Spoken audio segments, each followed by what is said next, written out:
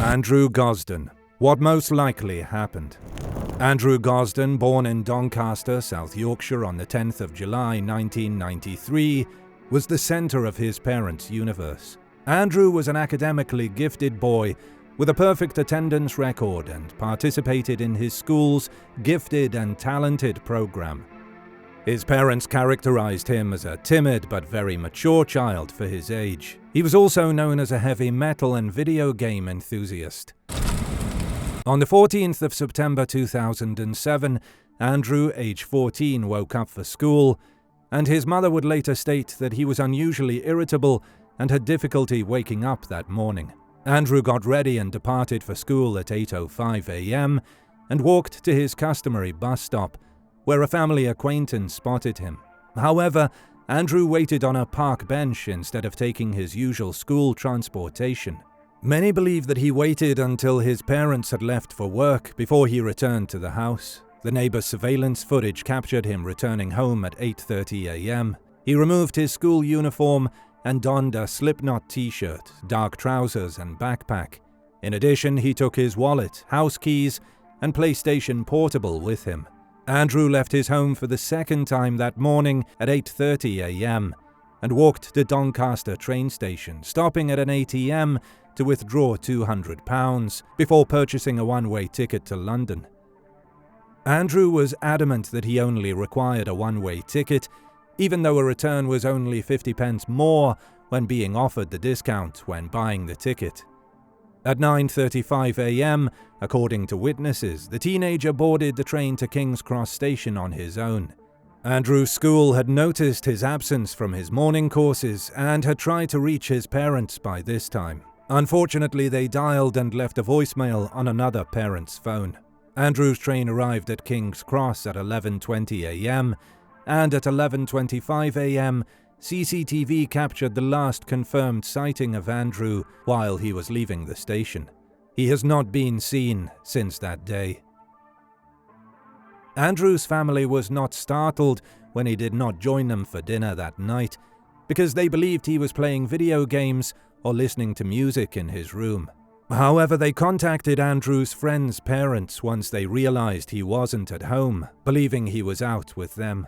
Andrew did not have a cell phone at the time because, according to his parents, he frequently lost the ones they bought him. After finding out that he had not been with friends, the Gosden family contacted the authorities. Family, acquaintances, and volunteers frantically searched the neighborhood, but to no avail. Within hours of the police being notified, a missing person poster was created and distributed. Several days later, a woman confirmed that she was the one who had sold him the London train ticket. She remembered him because she found it strange that the teenager did not want to pay a small amount more for a return ticket. However, Andrew's father, Kevin Gosden, did not find this out of character, as Andrew knew many people in London with whom he could have stayed. The police searched the areas of Chislehurst and Sidcup where relatives of the Gosden family lived, but found nothing. The police initially believed that Andrew travelled to London to meet a friend he met online. Nevertheless, there is insufficient evidence to support this theory. Kevin Gosden said that his son did not have a personal computer or an email address. The police examined Andrew's PSP usage remotely through Sony to determine if it had been used to access social media, but nothing was discovered. Police struggled to determine Andrew's motive for his journey. Family and friends stated that he would not have skipped school to go sightseeing, especially considering his immaculate school attendance record. One of the most plausible explanations for Andrew's excursion is that he attended a concert in London. Gosden was an ardent fan of heavy metal music. The night he vanished, the rock band 30 Seconds to Mars performed at the Brixton Academy, and metal band Sixth performed at the Carling Academy, within walking distance of King's Cross Station. Kevin Gosden told the Doncaster Press in 2019 that he believes his son went to London to do something for which he thought it would be simpler to seek forgiveness than permission. Regrettably, the police deemed it unnecessary to examine the CCTV recordings at King's Cross, despite numerous witnesses placing Andrew on the train. The Gosden family felt that the police were focusing more on the family than on finding their missing son, and became critical of the police's efforts. Andrew's CCTV image at King's Cross was not discovered until nearly a month after his disappearance.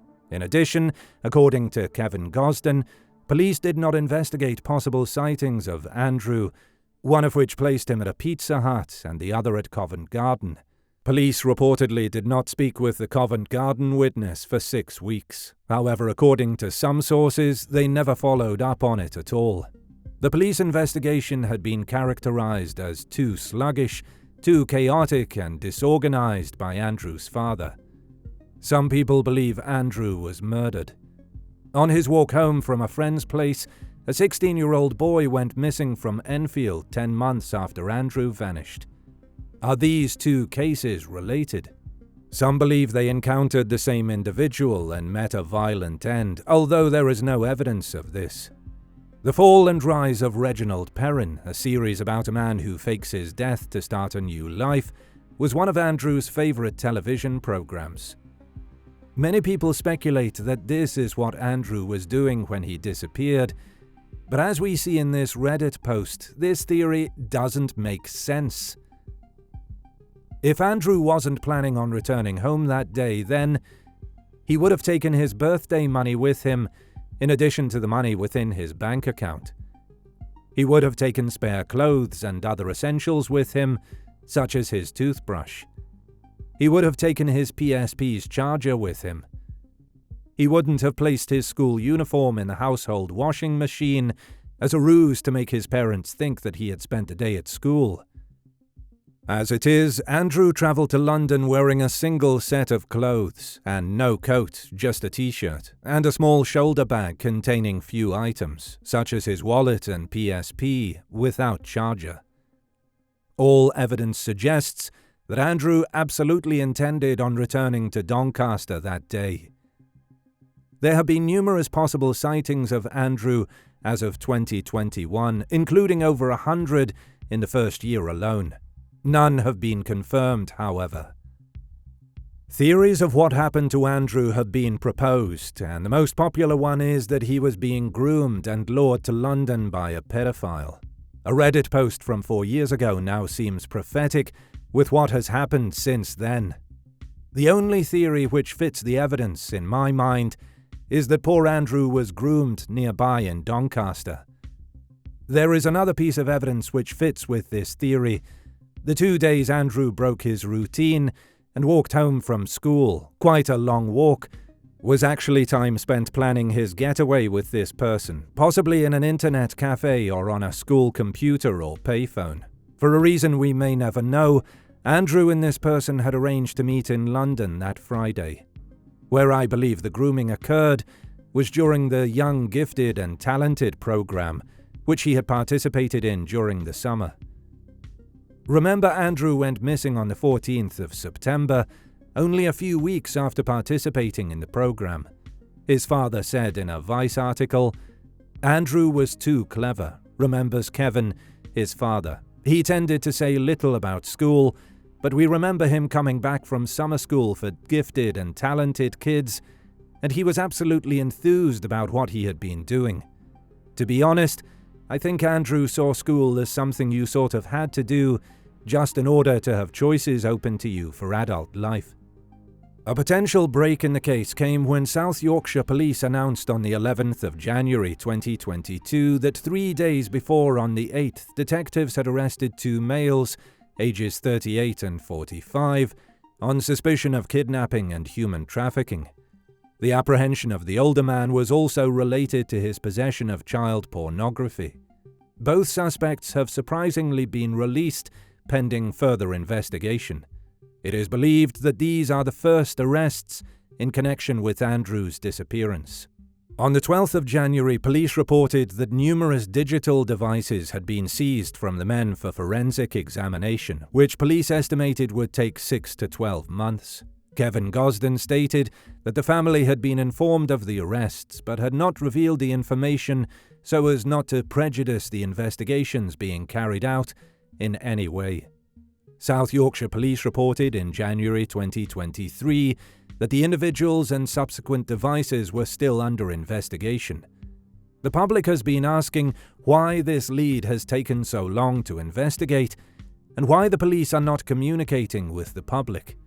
Sorry if this sounds silly, but with how long it's been and how much information is involved in the case, do you think they do a press conference type announcement to run through all the details on what happened?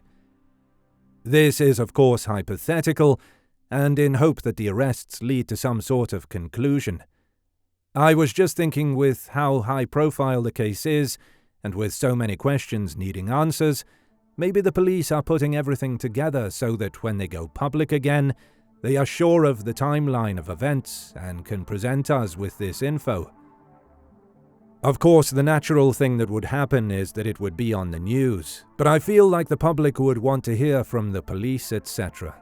Did the men arrested have any link with the men who left a message with the police all them years ago? Did the men know Gosden, or was it chance? So many more questions I'm sure you can all think of. How widespread is child trafficking, and is it a relevant theory in this case? The United Kingdom is the most prominent country of origin for trafficked children. A total of 2,874 reported cases, followed by Vietnam, Sudan, Albania, Romania, and Eritrea. Children from Afghanistan, Iraq, Nigeria, and Iran also made up significant numbers of those identified. This number, considered conservative, was released by the UK Home Office in 2020. No doubt these numbers have increased in the last 3 years. Was Andrew Gosden kidnapped and trafficked? Will the arrest of the two men finally end the suffering of Andrew's family, or will Andrew be found alive? Please give us your opinion in the comments section below. We would love to hear your take on this mysterious disappearance.